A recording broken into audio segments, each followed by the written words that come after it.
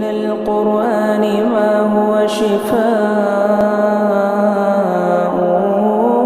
ورحمة للمؤمنين ولا يزيد الظالمين إلا خسارا.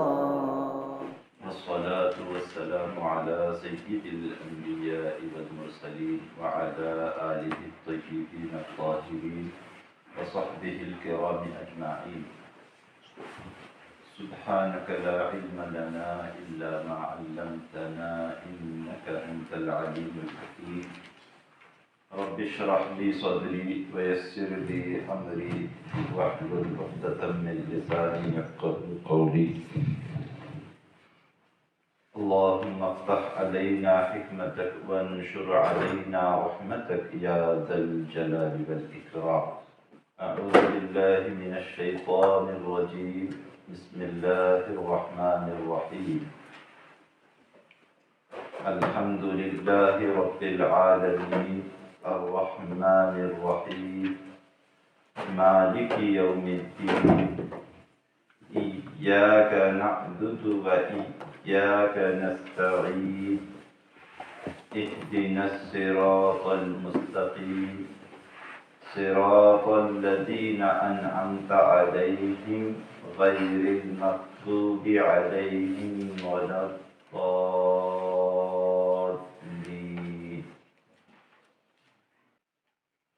قرآن اللہ تبارک و تعالی کا کلام ہے. ایسا نہیں ہے کہ قرآن پاک یا اللہ تبارک و تعالی کی طرف سے پہلی کتاب ہے، بلکہ اس سے پہلے بھی اللہ تبارک و تعالی نے انبیاء کرام پر کئی ایک کتابیں نازل فرمائی، جیسے توریت ہے، زبور ہے، انجیل ہے، اور بھی کئی ایک صحیفے ہیں جو اللہ تبارک و تعالی نے دیگر انبیاء کرام پر نازل فرمائے. آپ دنیاوی طور پر بھی دیکھتے ہیں کہ ہم جس ملک میں رہتے ہیں اس ملک کا رولر یا بادشاہ ہوتا ہے یا لوگوں کی طرف سے منتخب حکومت کے کارندے یا نمائندے ہوتے ہیں، اور ساتھ ہی ساتھ اس ملک کا ایک دستور ہوتا ہے. اسی دستور کے مطابق جو ہے لوگوں کے فیصلے ہوتے ہیں.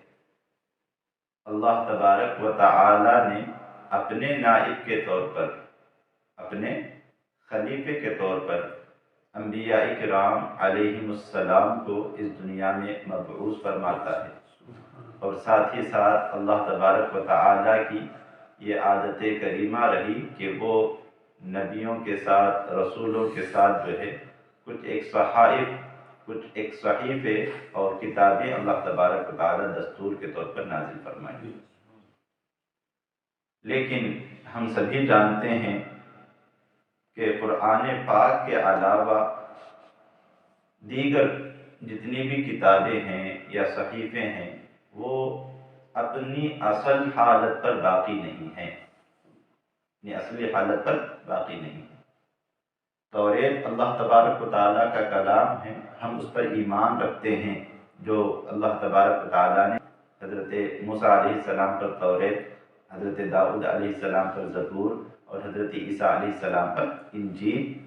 ہم ایمان رکھتے ہیں کہ یہ تینوں اللہ تبارک و تعالیٰ کا کلام ہیں، لیکن ساتھ ہی ساتھ یہ بات بھی سب جانتے ہیں کہ ان کتابوں میں بہت زیادہ تحریف کر دی گئی. بنی اسرائیل نے، ان کا طریقہ یہ تھا کہ جو چیز ان کی طبیعت کے موافق ہوتی یا ان کو ٹھیک لگتی، ان کو عمل کرنا آسان لگتا، اس کو وہ باقی رکھتے، اور جس حکم کے تعلق سے انہیں محسوس ہوتا کہ اس پر عمل کرنا دشوار ہے، مشکل ہے، تو پھر وہ اس کو اللہ کی کتاب سے جو ہے حذف کر دیتے، توریت سے، انجیل سے جو ہے اس کو نکال دیتے تھے. اور صرف اتنا ہی نہیں، نکالنے ہی تک انہوں نے بس نہیں کیا، بلکہ اپنی طرف سے چند ایک چیزیں انہوں نے بڑھا لی، اپنی طرف سے انہوں نے چند ایک چیزیں اس میں بڑھا لی. تو قرآن پاک کے علاوہ کوئی دوسری آسمانی کتاب اپنی اصل صورت پر باقی نہیں ہے، لیکن اللہ تبارک و تعالی نے قرآن پاک نازل فرمایا اور قرآن پاک کی حفاظت کی ذمہ داری اللہ تبارک و تعالی نے اپنے اوپر لی۔ اِنَّا نَحْنُ نَزَّلْنَا الذِّكْرَ وَإِنَّا لَهُ لَحَافِظُونَ، کہ ہم ہی نے قرآن کو اتارا اور ہم ہی اس کے محافظ ہیں۔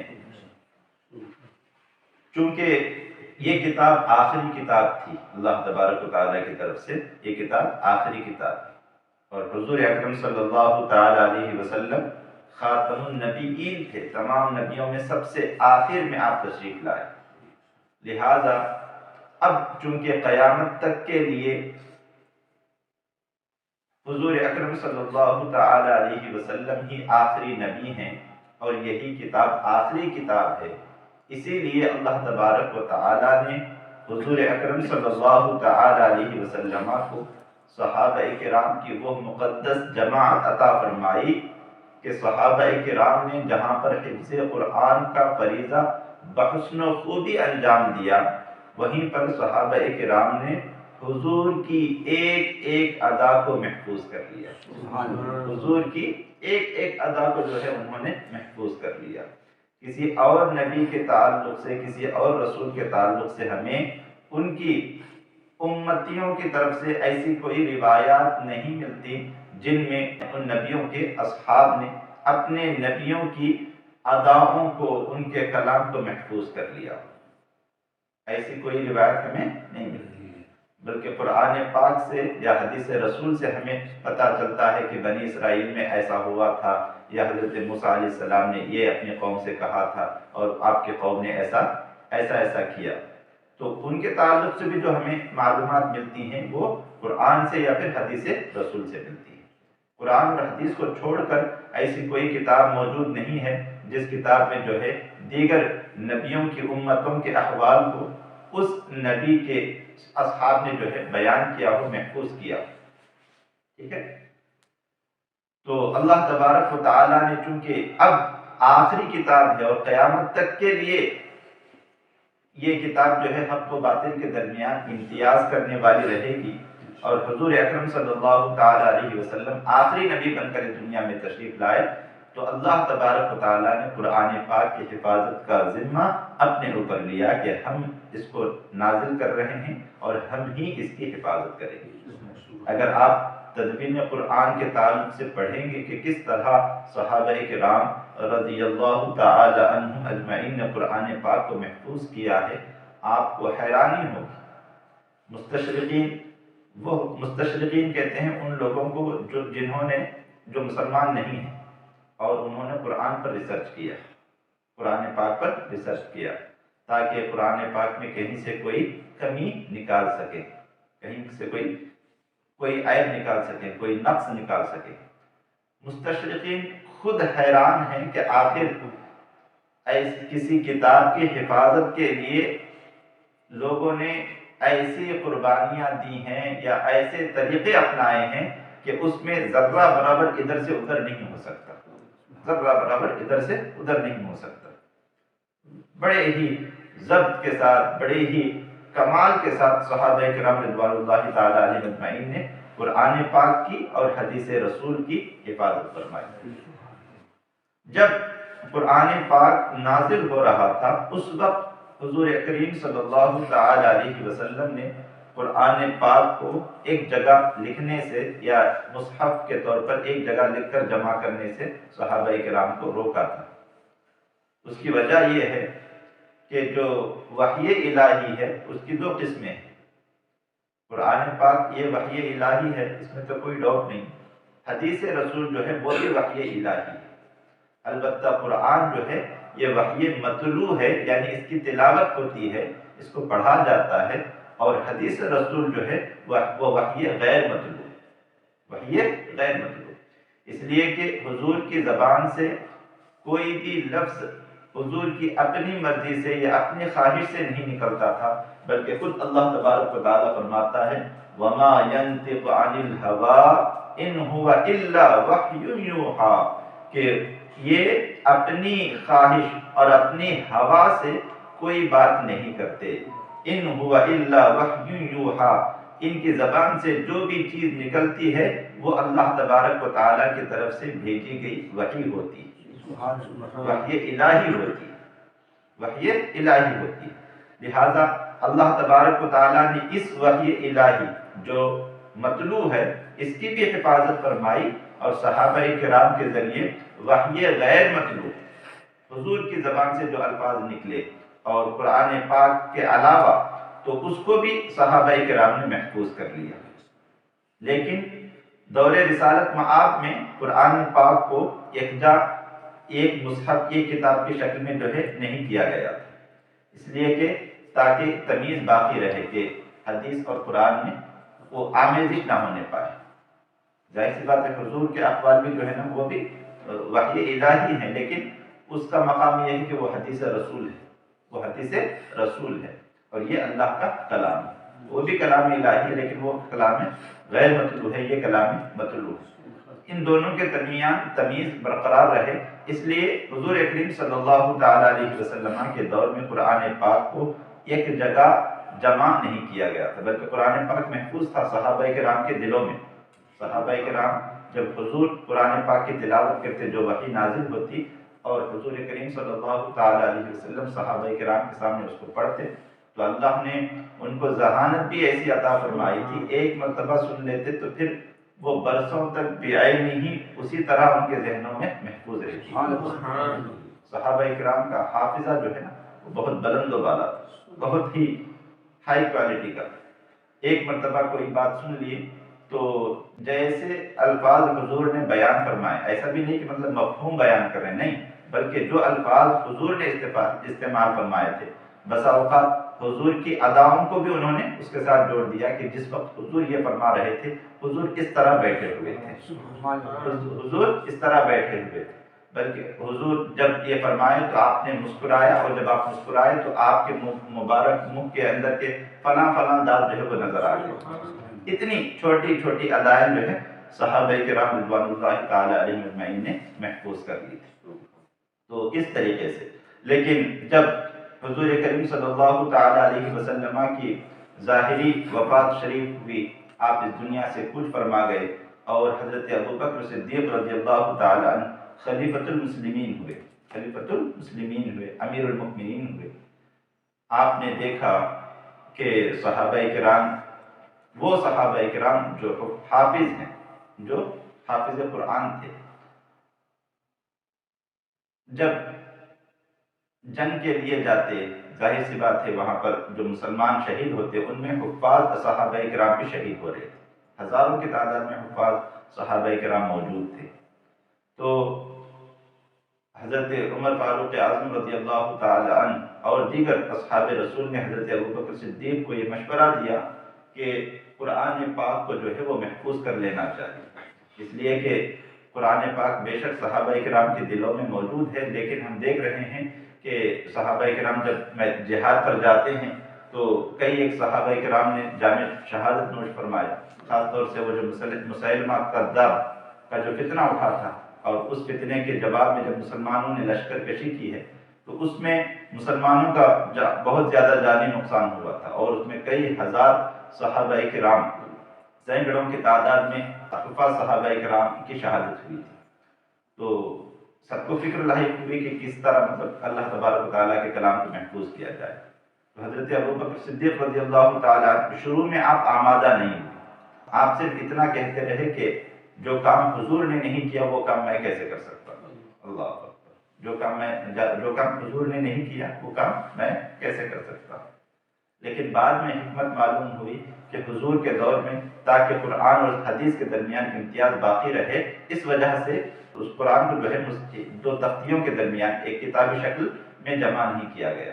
لیکن اب چونکہ حضور اکرم صلی اللہ تعالی علیہ وسلم ظاہری طور پر موجود نہیں ہے، لہذا حدیث کی کوئی بات نہیں ہوگی، بلکہ جو کلام الہی اس کو ایک جا جمع کیا جا سکتا ہے. تو پھر حضرت ابوبکر کے دور میں اس جمع قرآن کا سلسلہ شروع ہوا، اور کئی جو صحابہ کرام کاتب وحی تھے جن کو حضور کریم صلی اللہ تعالی علیہ وسلم نے خود وحی الہی کو لکھنے پر معمور کیا تھا. ایک جگہ نہیں بلکہ تختیوں پر، چمڑوں پر جو ہے کلام الہی کو لکھا جاتا تھا حضور کے دور میں، لیکن ایک کتابی شکل نہیں دی گئی. تو ان صحابہ کرام کے ذریعے جو وحی الہی، جو کاتب وحی تھے، حضرت ابو بکر صدیق رضی اللہ تعالی عنہ نے ان کو حکم دیا، پھر انہوں نے لکھنا شروع کیا.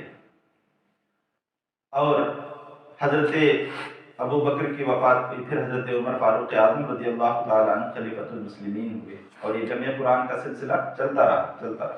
حضرت عثمان غنی رضی اللہ تعالی عنہ کے دور میں جو ہے مکمل ہوا. اسی لیے حضرت عثمان غنی کو جو ہے جامع القرآن کہا جاتا ہے، قرآن کو جمع کرنے والے. تو ایک مصحف کے شکل میں قرآن پاک جو ہے وہ حضرت عثمان غنی رضی اللہ تعالی عنہ کے دور میں جمع ہوا. اور پھر اس وقت جو قرآن پاک جمع ہوا تھا، ظاہر سی بات ہے اس میں زبر زیر یہ نہیں تھے، نقطے بھی نہیں تھے. پہلے کی جو عربی تھی وہ زبر زیر اور نقطوں کے بغیر جو ہے پڑھتے تھے. لیکن بعد والوں کے لیے ظاہر سی بات ہے اگر آج اعراب نہ ہو، زبر زیر حرکت نہ ہو یا نقطے نہ ہو، تو پھر ہمارے لیے پڑھنا جو ہے یہ بہت ہی مشکل ہو جائے گا. حجاج بن یوسف کے دور میں جو ہے قرآن پاک پر اعراب لگایا گیا، قرآن پاک پر اعراب لگایا گیا. قرآن پاک کا حرف کوئی نہیں بدلا، الفاظ میں کسی طرح کی کوئی تبدیلی نہیں آئی، اور نہ ہی اعراب بدلا، بلکہ اعراب تو وہ اعراب کا مطلب زبر زیر صحابہ کرام پڑھا کرتے تھے، لیکن یہ ہے کہ اسے ایک فن کی شکل میں کہ نیچے لکھنے سے جو ہے وہ زیر کی آواز نکلتی ہے، اوپر لکھنے سے اس کو زبر کی آواز نکلے گی، اور پیش ڈالنے سے جو ہے وہ واو کی آواز نکلے گی. یہ جو ہے ایک فن کی شکل میں جو ہے موجود نہیں تھا. بعد میں پھر حجاج بن یوسف کے دور میں جو ہے اس کو عمل میں لایا گیا.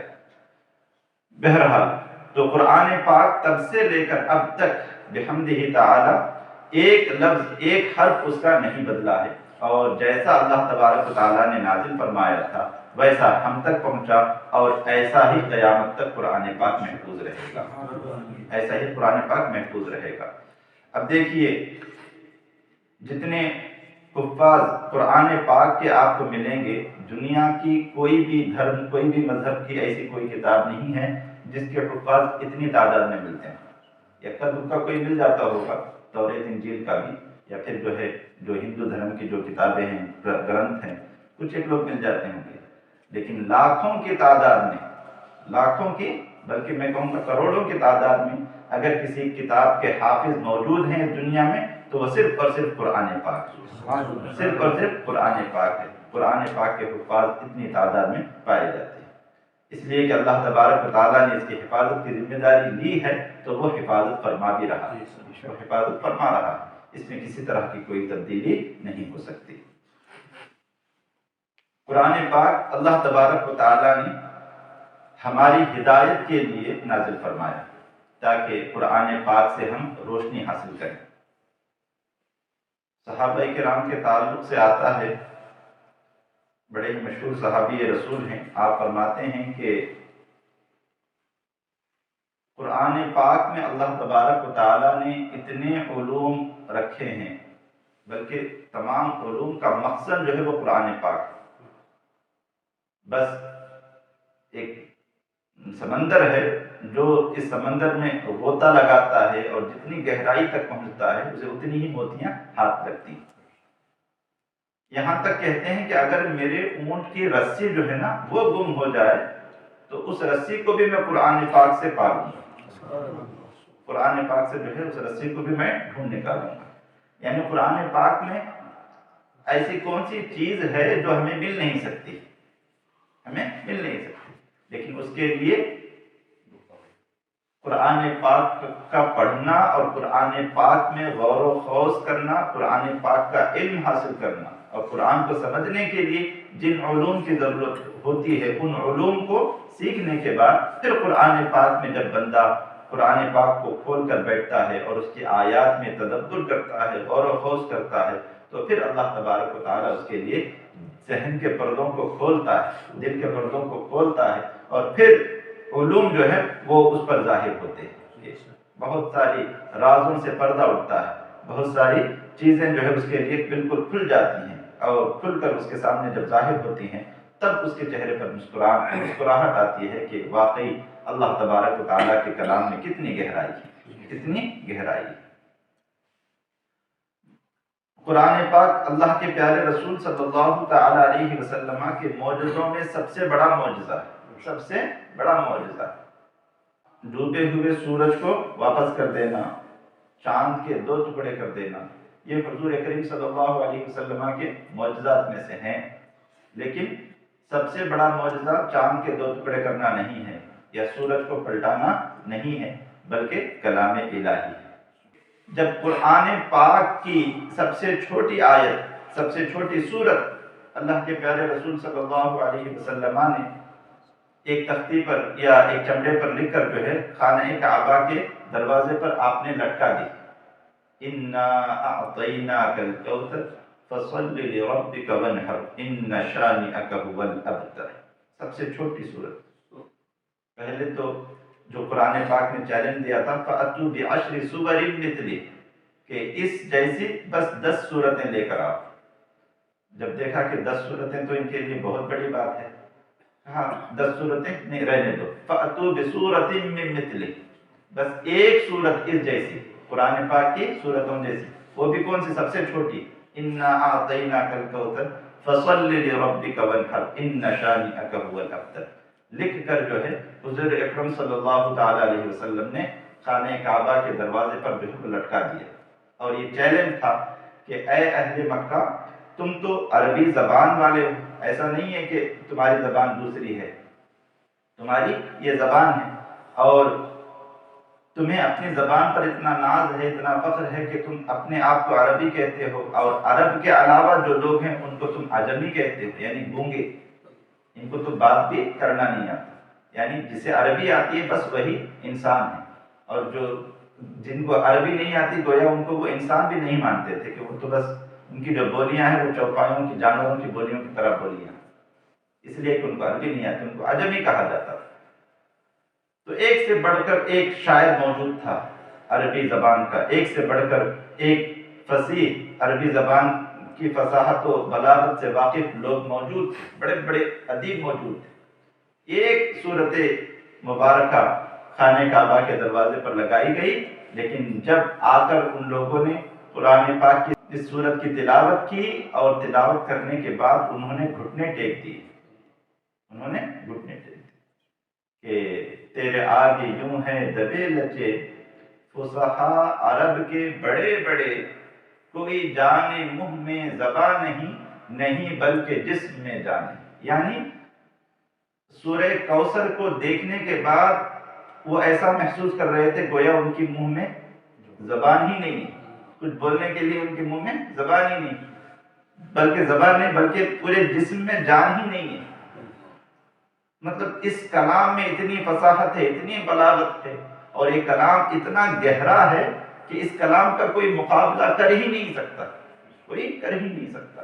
انہوں نے اس کے سامنے جو ہے گھٹنے ٹیکے کہ ہاں یہ جو کلام ہے یہ کوئی انسان کا کلام نہیں۔ حق قبول کرنا نہ کرنا دوسری بات ہے، لیکن اس معجزے کا انہوں نے اقرار کیا کہ یہ انسان کا کلام نہیں ہے، یہ انسان کا کلام نہیں ہو سکتا۔ تو حضور اکرم صلی اللہ تعالی علیہ وسلم کا سب سے بڑا معجزہ جو ہے وہ اللہ تبارک و تعالیٰ کا کلام ہے، قرآن پاک۔ قرآن پاک کی سب سے پہلی سورت سورہ فاتحہ۔ اس سورت کے تعلق سے آتا ہے کہ یہ سورہ فاتحہ سورہ مکی ہے۔ قرآن پاک کی سورتوں کو آپ پڑھیں گے تو آپ دیکھیں گے کہ سورہ بقرہ مدنی ہے، سورہ فاتحہ مکی ہے۔ مکی اور مدنی ہونے کا کیا مطلب ہے؟ ایک تو یہ جو ظاہر سی بات ہے، کہتے ہیں کہ جو آیتیں یا جو سورتیں مکۃ المکرمہ میں نازل ہوئی وہ مکی ہیں، اور جو سورتیں اور جو آیتیں مدینہ المنورہ میں نازل ہوئی وہ مدنی ہیں۔ ایک تفسیر یہ کی جاتی ہے اس کی تفسیر کہ جو آیتیں اور جو سورتیں ہجرت سے پہلے نازل ہوئی وہ سب مکی ہیں، وہ سب مکی ہیں، اور جو ہجرت کے بعد نازل ہوئی وہ سب کے سب مدنی ہیں۔ اگرچہ بعد میں حضور جب مکہ فتح مکہ کے وقت مکہ المکرمہ تشریف لے گئے تھے اس وقت مکے میں نازل ہوئی ہوں، لیکن ان آیات کو جو ہے مدنی کہا جائے گا، اس لیے کہ وہ ہجرت کے بعد نازل ہوئی۔ یہ ایک قول ہے۔ بسا اوقات سورت پوری جو ہے وہ مکی ہوتی ہے، لیکن چند ایک آیتیں جو ہے نا وہ مدنی ہوا کرتی ہیں، اور بسا اوقات پوری سورت مدنی ہوتی ہے، ان میں سے چند ایک آیتیں جو ہے نا وہ مکی ہوا کرتی ہیں۔ لیکن سورہ فاتحہ کے تعلق سے آتا ہے کہ یہ 2 مرتبہ نازل ہوئی، مکہ المکرمہ میں بھی نازل ہوئی اور مدینہ المنورہ میں بھی نازل ہوئی، ٹھیک ہے۔ اور اس سورت کے تعلق سے حضور اکرم صلی اللہ تعالی علیہ وسلم نے فرمایا کہ ایسی سورت مجھ سے پہلے کسی نبی کو اور ان کو جو کتابیں دی گئی ان کتابوں میں اللہ تبارک و تعالیٰ نے ایسی سورت کسی اور کو عطا نہیں فرمائی۔ اور مسلم شریف کی ایک حدیث پاک ہے، حضور اکرم صلی اللہ تعالی علیہ وسلم فرماتے ہیں کہ ایک فرشتہ حضور کی خدمت میں آیا اور پھر اس نے بشارت دی کہ آپ کو 2 ایسے نور دیے گئے جو نور آپ سے پہلے کسی اور نبی کو عطا نہیں ہوئے۔ وہ کیا؟ ایک سورہ فاتحہ ہے اور دوسری سورہ بقرہ کی آخری آیت ہے، سورہ بقرہ کی آخری آیت ہے۔ یہ 2 نور ہیں ایک طرح سے اللہ تبارک و تعالیٰ کے، اور اس میں اتنی برکتیں ہیں اور اس کے معانی اور مطالب میں اتنی گہرائی ہے کہ آدمی جو ہے اس کی انتہا کو نہیں پہنچ پاتا، کتنی بھی کوشش کر لے اس کے معانی اور مفاہیم کی انتہا کو آدمی نہیں پہنچ سکتا۔ پورے قرآن کے تعلق سے آتا ہے کہ پورے قرآن کا مضمون جو ہے اللہ تبارک و تعالیٰ نے سورہ فاتحہ میں جمع کر دیا ہے، اور پورے سورہ فاتحہ کی تفصیل وہ بسم اللہ الرحمن الرحیم میں موجود ہے، اور پورے بسم اللہ الرحمن الرحیم کا مفہوم جو ہے وہ بسم اللہ کی با میں اللہ تبارک و تعالیٰ نے محفوظ رکھا ہے۔ لیکن ضرورت اس بات کی ہے کہ لوگ اس کو پڑھیں، اس کا مطالعہ کریں، اس کو سمجھنے کی کوشش کریں، تو کچھ نہ کچھ علم انہیں بھی حاصل ہو جائے۔ تو سورہ فاتحہ یہ مکی ہے، مکہ المکرمہ میں نازل ہوئی اور مدینہ المنورہ میں بھی یہ سورت پاک نازل ہوئی۔ اس کے کئی ایک نام ہیں، سورۃ الفاتحہ، ام الکتاب، شافیہ، شفا، وافیہ، اور بھی کئی ایک نام ہیں، فاتحۃ الکتاب، فاتحۃ القرآن۔ فاتحہ کا معنی کھولنے والی، کھولنے والی۔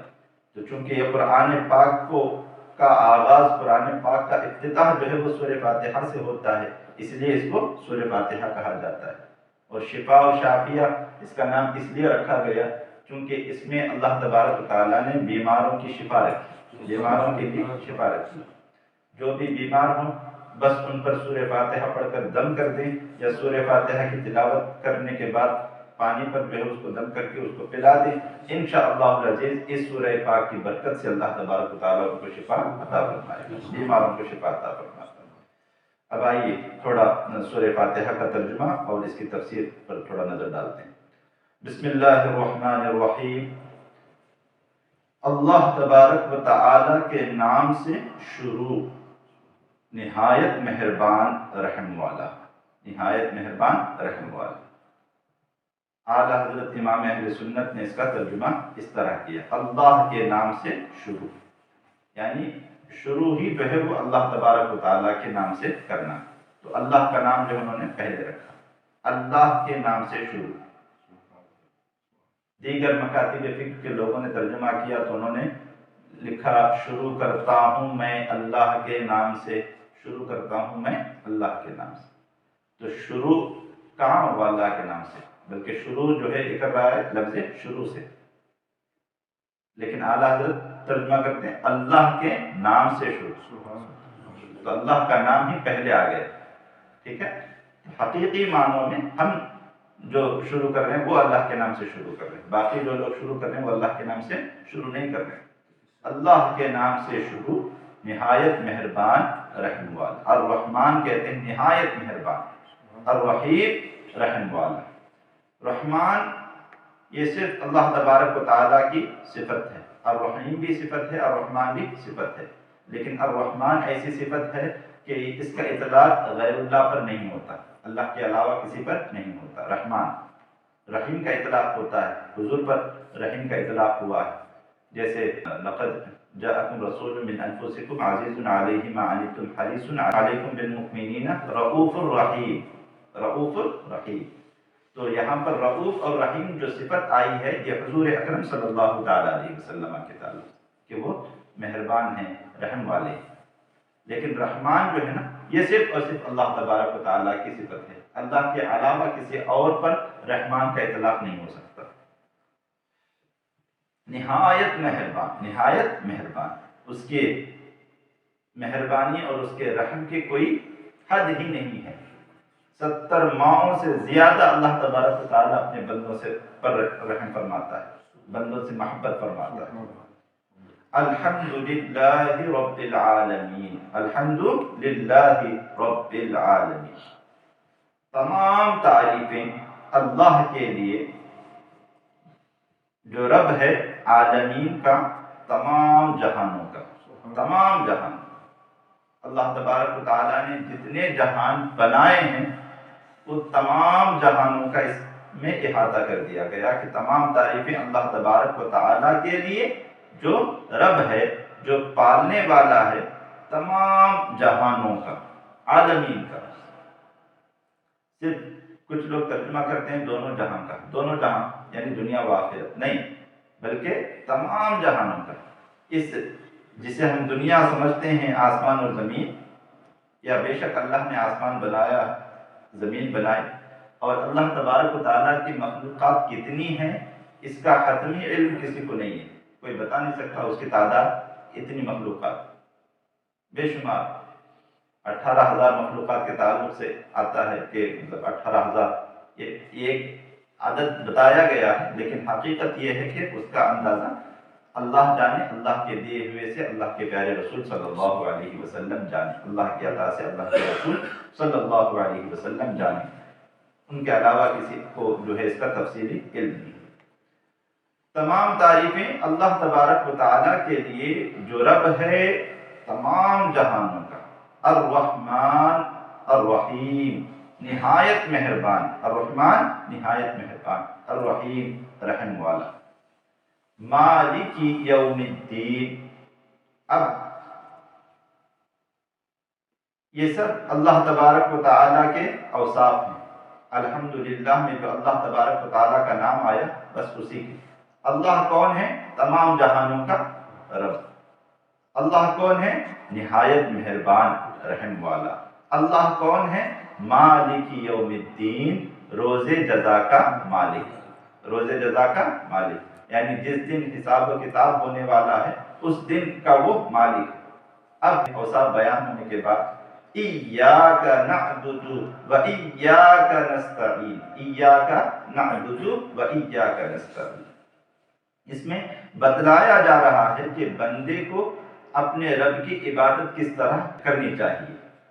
سب سے پہلے جب بندہ اللہ تبارک و تعالیٰ کی عبادت کے لیے کھڑا ہوتا ہے تو اللہ تبارک و تعالیٰ کو اس کے اوصاف کے ساتھ اسے یاد کرنا چاہیے کہ پروردگار تو میرا رب ہے، تو میرا رب ہے، تو نہایت مہربان ہے، تو رحم والا ہے، تو ہی تو روز جزا کا مالک ہے، تو ہی خالق ہے، تو ہی رازق ہے۔ اس کے جو اوصاف ہیں ان اوصاف کے ساتھ اللہ تبارک و تعالیٰ کو یاد کرے اور پھر اس کے بعد عبادت میں مشغول، اس کے بعد عبادت میں مشغول، تو پھر اس عبادت سے آدمی کو لطف ملتا ہے۔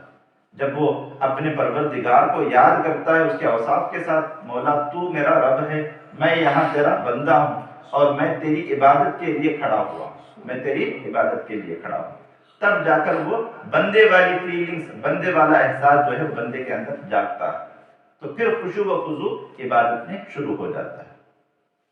ایاک نعبد و ایاک نستعین، تجھی کو ہم پوجیں اور تجھ سے ہی ہم مدد چاہیں، مدد طلب کریں، یعنی ہم صرف تیری عبادت کرتے ہیں اور تیری ہی بارگاہ سے ہم مدد طلب کرتے ہیں، تو ہی ہمارا معبود ہے اور تو ہی ہمارا مددگار ہے۔ اہدنا الصراط المستقیم، ہمیں سیدھے راستے پر چلا، ہمیں سیدھے راستے پر چلا۔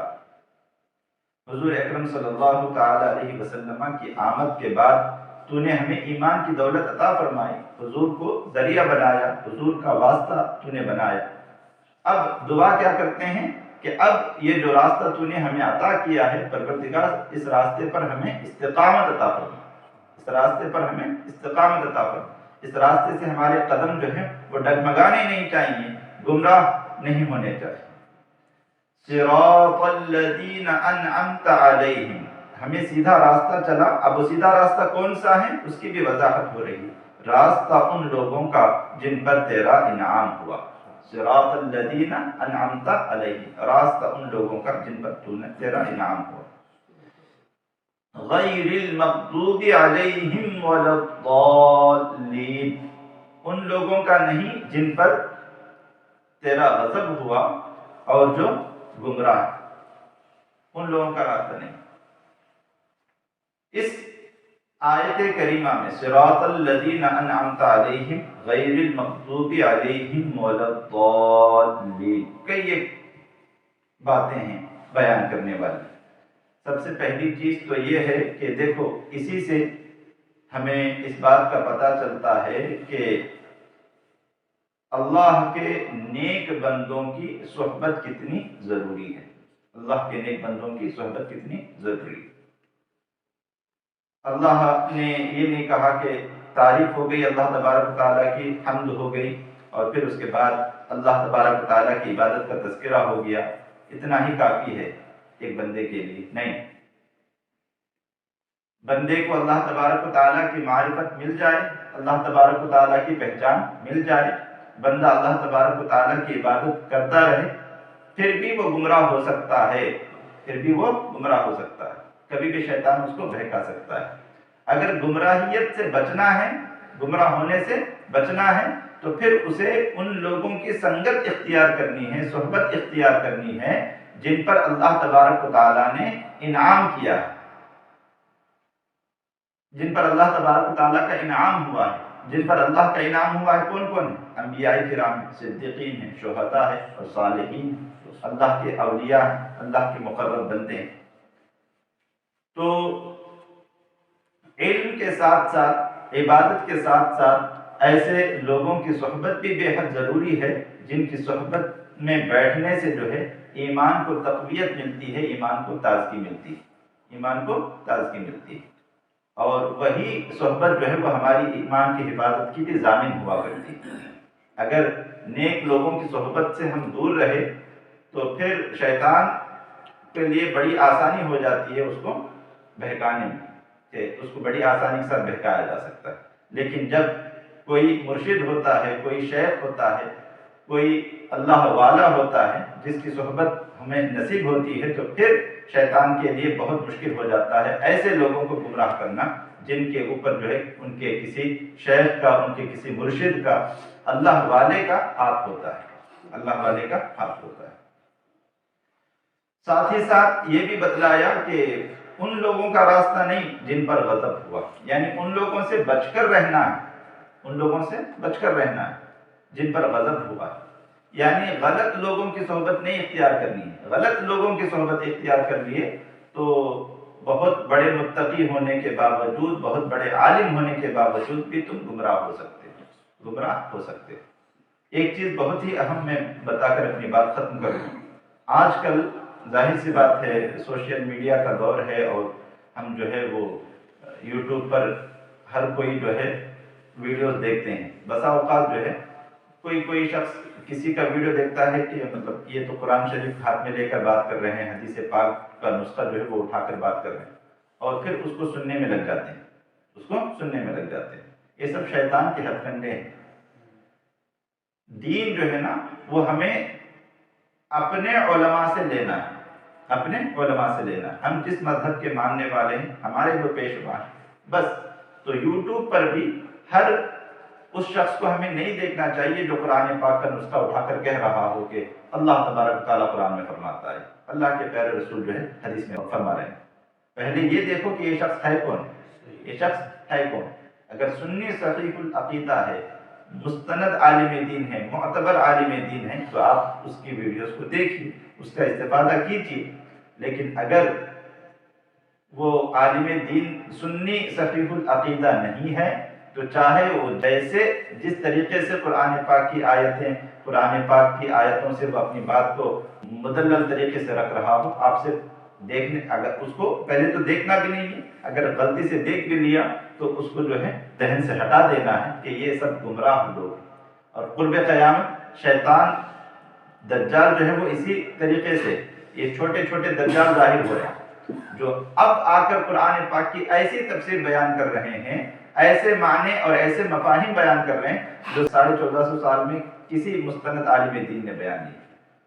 اور اب اس ایسی باتوں کے دعوے دار ہو گئے ہیں کہ گویا وہی حق کو بتا رہے ہیں، اور 1450 سال سے لوگ گویا سب کے سب اندھیرے میں، اور انہی پر جو ہے وہ حق ظاہر ہوا ہے، اور یہ جو قرآن پاک کی تفسیر بیان کر رہے ہیں یہی بالکل حق ہے۔ مثال کے طور پر ایک ویڈیو دیکھ رہا تھا میں، وہ کہہ رہا ہے کہ مسجد اقصی، قرآن پاک میں مسجد اقصی کا تذکرہ آیا ہے، سبحان الذی اسریٰ بعبدہ لیلا من المسجد الحرام الی المسجد الاقصی، مسجد حرام سے مسجد اقصی تک بندے کو لے گئے۔ تو مسجد اقصی سے کون سی مسجد مراد ہے؟ مسجد اقصی سے کون سی مسجد مراد ہے؟ وہ کہتا ہے کہ مسجد اقصی سے مراد وہ مسجد نہیں جو بیت المقدس میں ہے، یروشلم میں، نہیں وہ نہیں، بلکہ مسجد اقصی سے مراد مسجد نبوی ہے، مسجد اقصی سے مراد مسجد نبوی ہے۔ یہ جو قرآن پاک کا مفہوم بیان کر رہا ہے 1450 سال میں کسی نے نہیں بیان کیا۔ سب جانتے ہیں کہ حرم کعبہ میں جو مسجد ہے اس کو مسجد حرام کہتے ہیں، کعبۃ اللہ شریف کو، اور مسجد اقصی جو یروشلم میں ہے اس کو مسجد اقصی کہتے ہیں۔ اور سب احادیث میں موجود ہے کہ سب سے پہلے خانہ کعبہ کی تعمیر ہوئی، اور اس کے 40 سال کے بعد جو ہے کہ مسجد اقصی کی تعمیر ہوئی۔ مسجد نبوی کی تعمیر تو حضور اکرم صلی اللہ تعالی علیہ وسلم کی بعثت کے بعد، آپ کی ہجرت مکہ المکرمہ سے مدینہ المنورہ ہجرت ہونے کے بعد، پھر مسجد مدینہ المنورہ میں بھی پہلی مسجد ہے مسجد قباء کی، اور اس کے بعد مسجد نبوی کی تعمیر ہوئی۔ لیکن یہ بتا رہا ہے کہ مسجد اقصی سے مراد وہ مسجد نہیں ہے جو یروشلم میں، بلکہ مسجد اقصی سے مراد مسجد نبوی ہے۔ یہ سب وہ ہیں جو یہودیوں کی طرف سے جو ہے نا بھیجے گئے ہیں، اور وہاں کی مسجد اقصی کی اہمیت لوگوں کے نظروں میں کم ہو جائے، اس لیے اس نے ایک نئی تفسیر کی ہے کہ مسجد اقصی سے مراد وہ مسجد نہیں ہے جو یروشلم میں، بلکہ مسجد نبوی۔ اور دلیل کیا دیتا ہے؟ دلیل دیتا ہے کہ الذی بارکنا حولہ، قرآن پاک میں اللہ کہہ رہا ہے مسجد اقصی وہ مسجد ہے جس کی ارد گرد ہم نے برکتیں رکھی ہیں، اور پھر کہتا ہے کہ آپ کو وہاں پر جب مسجد اقصی جاتے ہو تو کیا کوئی برکت نظر آتی ہے؟ وہاں پر تو ہمیشہ جنگ ہو رہی ہوتی ہے، بلکہ مسجد نبوی میں ہمیں برکت نظر آتی ہے۔ تو لہٰذا مسجد نبوی جو ہے نا اس کا نام مسجد اقصی ہے۔ اس طرح کی نئی نئی تفسیریں، اس طرح کی نئی نئی باتیں 1450 سال میں کسی امام نے، کسی مجتہد نے، کسی محدث نے نہیں بیان کی، ایسی باتیں جو ہے آج کل لوگ بیان کر رہے ہیں۔ تو ان لوگوں سے بچ کر رہنے کی اشد ضرورت ہے۔ انشاءاللہ العزیز آنے والے ایام میں ہر اتوار کو قرآن پاک کے مخصوص قرآن پاک ایک طرف سے جاری انشاءاللہ دعا کیجیے کہ اللہ تبارک و تعالی پروردگار عالم خلوص کے ساتھ ہمیں اس کام کو کرنے کی توفیق دے، اور مولا تبارک و تعالی اس کی برکتوں سے ہم سب کو مالا مال فرمائے، اور قرآن پاک کا یہ درس جاری و ساری رہے۔